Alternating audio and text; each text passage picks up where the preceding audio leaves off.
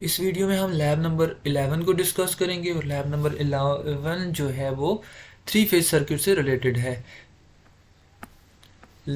Three phase circuit को हम उसी तरह एनालाइज कर सकते हैं जैसे सिंगल फेज सर्किट को एनालाइज करते हैं, और इसकी मेजॉरिटी केसेस में सिमेट्रिकल और आइडेंटिकल इम्पीडेंस होती हैं, तो उसमें जो एनालिसिस है वो इजी होता है। लेकिन जब हमारे पास अनबैलेंस लोड आ जाए या अनबैलेंस्ड इम्पीडेंस आ जाए तो उसकी जो कैलकुलेशन है वो कम्प्लेक्स हो जाती है। थ्री फेस में एक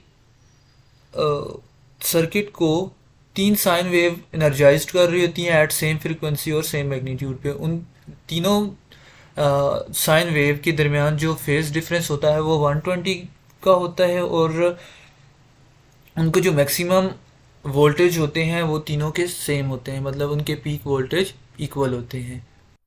अब हमारे पास कंसेप्ट आ जाता है फेस वोल्टेज का और लाइन वोल्टेज का। फेस वोल्टेज जो हमारे पास वोल्टेज सिंगल वाइंडिंग के होते हैं उसे हम फेज वोल्टेज कहते हैं, और जो दो लाइन के दरमियान वोल्टेज होते हैं उसे हम लाइन टू लाइन वोल्टेज कहते हैं। और line to line voltage delta के केस में हमारे पास 380 होते हैं, और सॉरी डेल्टा के केस में 220 होते हैं, और वाई के केस में 380 होते हैं लाइन टू लाइन वोल्टेज।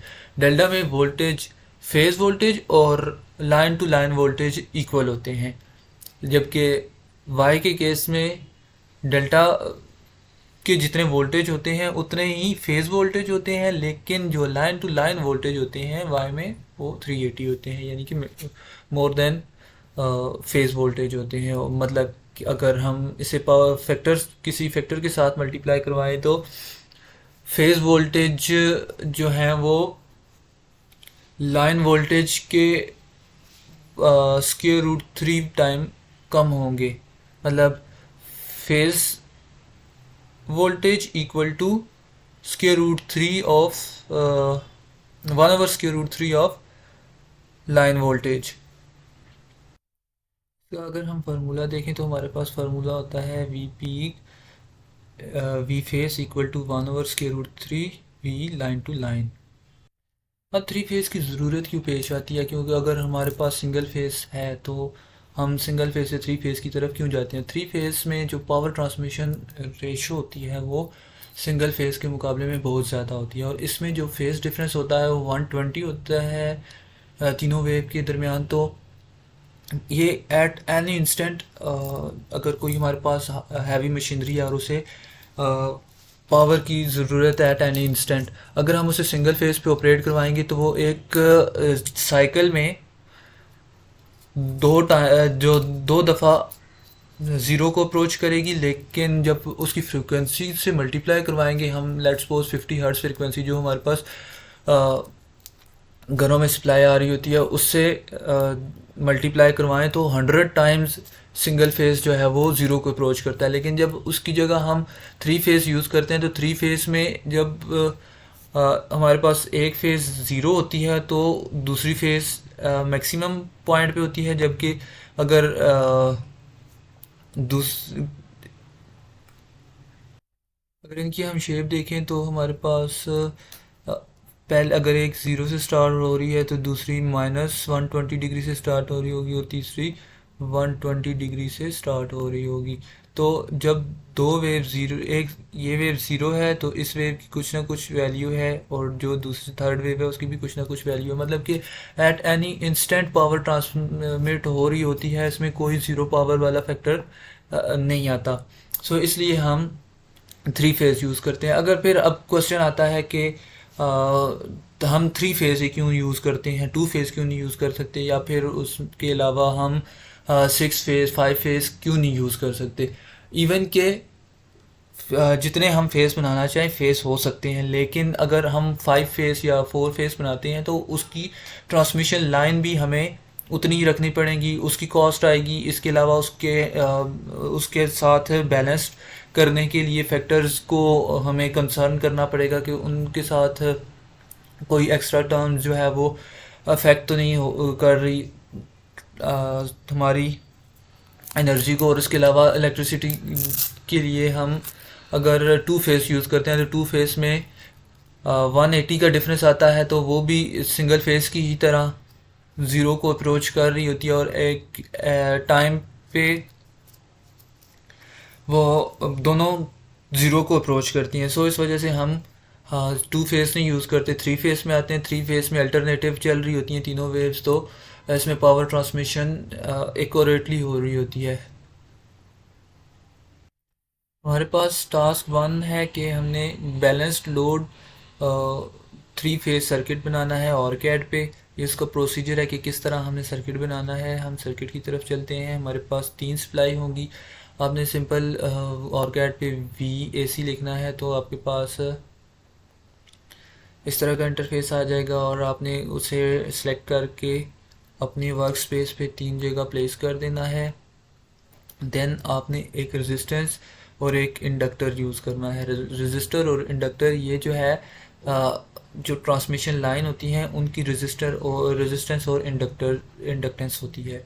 सो ये आपको प्रॉब्लम स्टेटमेंट में गिवन होगा कि आपने कौन सा रेजिस्टर यूज़ करना है और इंडक्टेंस कितनी यूज़ करनी है, और उसके बाद आपने जो लोड यूज़ करना है, लोड की रेजिस्टेंस कितनी होनी चाहिए, और ये सारा आपने थ्री फेज स्टार में ही परफॉर्म करना है। स्टार या वाई दोनों सेम ही चीज़ें हैं, सिर्फ हम कभी इसे स्टार कह देते हैं और कभी वाई कह देते हैं। तो इसमें कंफ्यूज नहीं होना आपके स्टार और डेल्टा में, सॉरी स्टार और वाई में क्या फ़र्क है। तो इसके अलावा हम वाई जो है वो नॉर्मली जो कमर्शियल होते हैं, लाइक इंडस्ट्री में हम डेल्टा यूज़ कर रहे थे, क्योंकि उसमें ज़्यादातर जो हमारे पास मशीनरीज होती हैं वो डेल्टा में ही ऑपरेट कर रही होती हैं। सो जब हम बात करते हैं रेजिडेंशियल एरिया के लिए, तो रेजिडेंशियल एरिया में हमारे पास वाई कन्फिग्रेशन या स्टार कन्फिग्रेशन यूज़ होती है, क्योंकि उसमें हमारे पास हर घर का डिफरेंट लोड होता है, और उनका जो पावर फैक्टर फाइंड करते हैं तो वो चेंज हो रहा था, उनकी पावर रेटिंग चेंज हो रही होती है। तो इस वजह से हम एक्स्ट्रा एक न्यूट्रल वायर यूज़ करते हैं कि जो एक्स्ट्रा करंट हो वो न्यूट्रल वायर के ज़रिए ग्राउंड हो जाए। सो ये हमने सर्किट इम्प्लीमेंट करना है, और सर्किट इम्प्लीमेंट करने के बाद हमने पहले इनपुट सप्लाई जो हमने दी उसके अक्रॉस डिफरेंशियल मार्कर लगा के उन तीनों की वेव देख लेनी है। अगर उन तीनों वेव्स में कोई डिफरेंस आ रहा है, यानी कि उनके दरमियान फेज़ 120 नहीं आ रहा, तो फिर इसका मतलब है हमने जो उसे फेस डिफरेंस दिया है वो गलत है, या फिर हमारा पावर फैक्टर सही नहीं है। और नॉर्मली फेस डिफरेंस तभी आता है जब हमारे पास लोड अनबैलेंस्ड हो। तो आपने फ्रीक्वेंसी 50 हर्ट्स रखनी है, वी पी 220 रखनी है, ऑफ सेट 0 रखना है। मतलब ऑफ सेट का मतलब ये होता है कि आप एसी सिग्नल को शिफ्ट कर रहे हैं, डीसी शिफ्ट दे रहे हैं, तो उसे ऑफसेट कहते हैं। सही है। फिर पहली वेव का आपने फेज 0 रखना है, दूसरी वेव का -120, और थर्ड वेव जो है वो उसका फेज 120 पॉजिटिव में रखना है। और फिर आपने इसका पावर फैक्टर फाइंड कर लेना है, सोर्स का, ट्रांसमिशन लाइंस का और लोड का। ठीक है, मतलब ये पावर फैक्टर उसी तरह आपने पहले टाइम फाइंड करना है, पहले प्रोब इन तीनों के क्रॉस रखनी है, इनकी वेव जनरेट हो जाएगी। फिर उसके बाद आपने रेजिस्टेंस और इंडक्टर, ये दो R1 और L1, R2 और L2, इन दोनों के क्रॉस रख के आपने दोबारा से फेस शिफ्ट कैलकुलेट कर लेना है, पावर फैक्टर। फिर उसके बाद आपने ट्रांसमिशन लाइन के बाद लोड का पावर फैक्टर फाइंड कर लेना है। सो हमारे पास पावर फैक्टर फाइंड करने के बाद हमने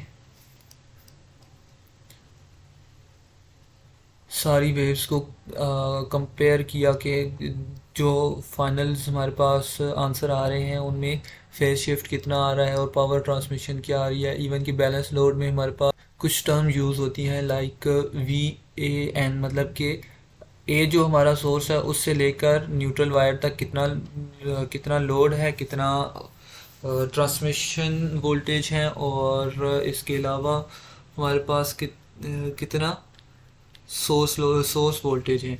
सो वाई सोर्स में आपके पास सोर्स वोल्टेज आ जाएंगी। ट्रांसमिशन लाइन मतलब कि आपके पास ट्रांसमिशन लाइन के क्रॉस कितना वोल्टेज ड्रॉप आ रहा है वो आ जाएगा, और लोड के क्रॉस कितना ड्रॉप आ रहा है वो आ जाएगा। और ये सारा आपने वेव से ही फाइंड आउट करना है। फिर उसके बाद आपने करंट फाइंड करना है। करंट फाइंड करने के लिए आपने करंट के डिफरेंशियल मार्कर यूज़ कर लेने हैं। सो जब आप करंट फाइंड करते हैं तो करंट सेम आ रहा होता है, क्योंकि अगर हम एक कॉइल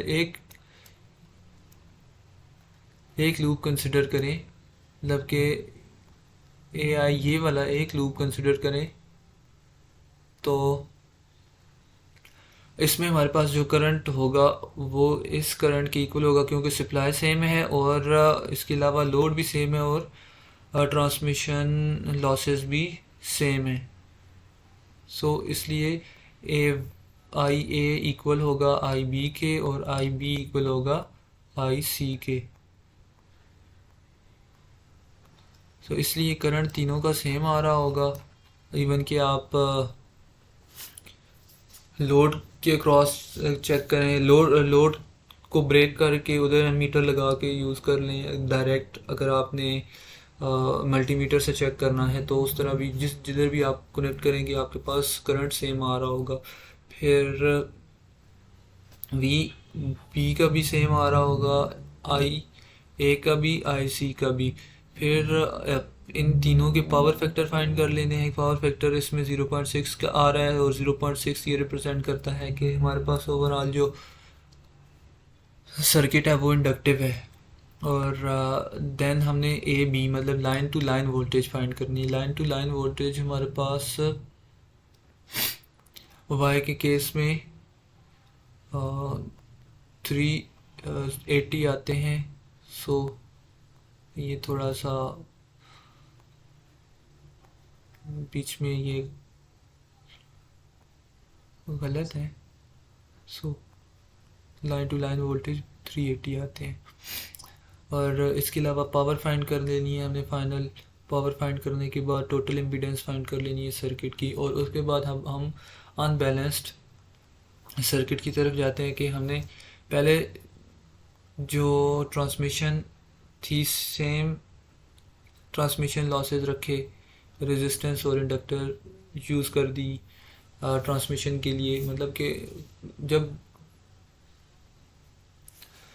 उसके बाद हमने R4 R5 और R6 इनकी जो वैल्यूज़ हैं वो चेंज कर दी। इंडक्टर को भी चेंज कर दिया। मतलब पहले की 63.6 मिली हेनरी 31.8 और 159.31 इंडक्टेंस रखी। तो इससे हमारे पास जो वेव्स आ रही थी वो वेव सोर्स की तो कोई डिफरेंस नहीं आएगा, क्योंकि सोर्स में तो हमारे पास कोई इफ़ेक्ट नहीं आता क्योंकि तीनों का फेज शिफ्ट सेम है।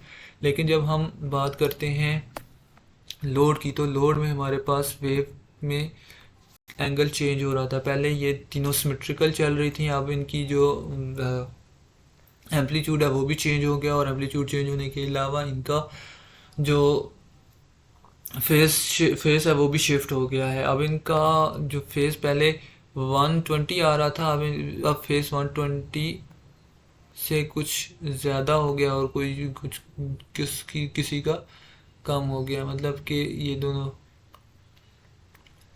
उसके बाद हम जब करंट की बात करते हैं तो करंट में भी इसी तरह तीनों का फेस 120 आना चाहिए, लेकिन अनबैलेंस्ड होने की वजह से इनका जो फेस है वो इफेक्ट हो गया। और इनका जो ओवरऑल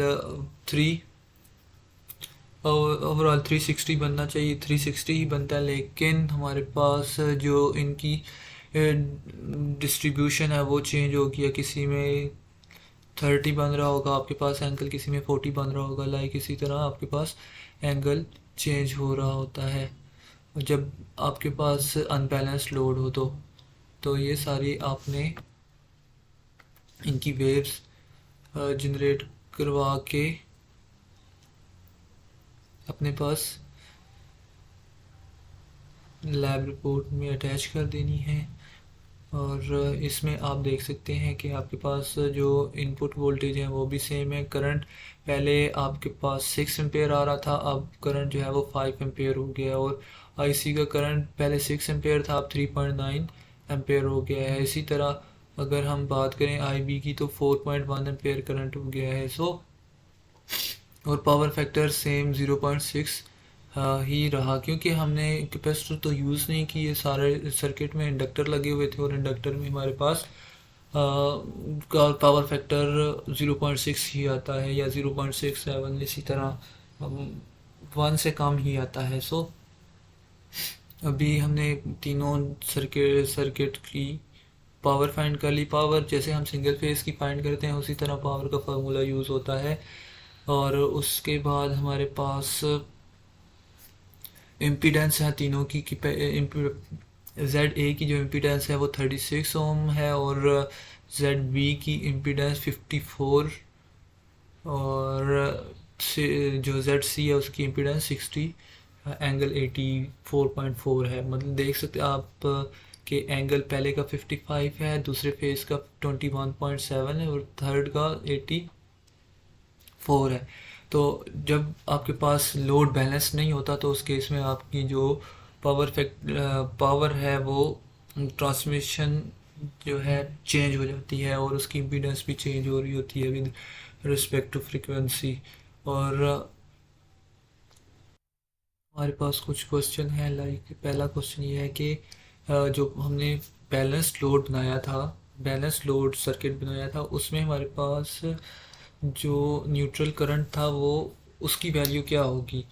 तो बैलेंस्ड के केस में हमारे पास न्यूट्रल करंट की वैल्यू ज़ीरो होती है, क्योंकि हमारे पास जो पावर कंज्यूम हो रही होती है वो लोड के क्रॉस हो रही होती है और कोई एक्स्ट्रा करंट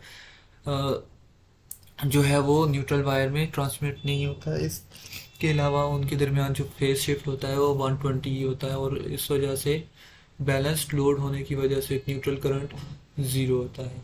फिर दोबारा हमसे क्वेश्चन नंबर 2 में पूछा गया है कि अगर अनबैलेंस्ड सर्किट हो, 3 फेज अनबैलेंस्ड सर्किट, तो लाइन करंट पे क्या इफेक्ट पड़ेगा। तो सोर्स से जो करंट ड्रॉ होगा वो अनइक्वल डिस्ट्रीब्यूशन के साथ होगा और मैक्सिमम करंट ड्रॉ होगा।